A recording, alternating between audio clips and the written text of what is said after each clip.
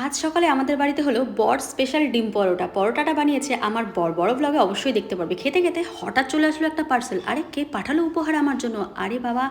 দেখি তো কি আছে এটার মধ্যে? ওষুধের ডিব্বা। আরে ওষুধের ডিব্বা কোথার থেকে আসলো? তারপরে ভালো করে চোখ কান খুলে দেখি, আরে না, না, এটা তো চকো চিপস। আমি ওকে বলছি, "তুমি অর্ডার করেছিলে?" ও বলে, "না, আমি অর্ডার করিনি।" কিন্তু না, সেটা আমিই অর্ডার করেছিলাম। আমি ওর সাথে ইয়ার্কি করছিলাম। কিন্তু এটার কথা আমি ভুলেই গেছিলাম। অনেক দিন আগে অর্ডার করেছিলাম। ফাইনালি চলে আসলো চকো চিপস। আর এই চকো চিপস দিয়ে কিন্তু অনেক কিছু বানানো যায়। তো আমি হোয়াইট চকো চিপস অ্যান্ড হচ্ছে ওই চকলেট চকো চিপস যেটা হয় সেটাই আমি অর্ডার করেছিলাম। আর খেতেও কিন্তু অসাধারণ ছিল। ওকে টেস্ট করাচ্ছিলাম, ও বলে দারুণ হয়েছে খেতে। তো এটা দেখে আমার ছেলে কিন্তু বিশাল আকারে খুশি হয়ে যাবে। তোমরা কিন্তু ফ্লিপকার্টে পেয়ে যাবে, 249 টাকা নেবে। টাটা।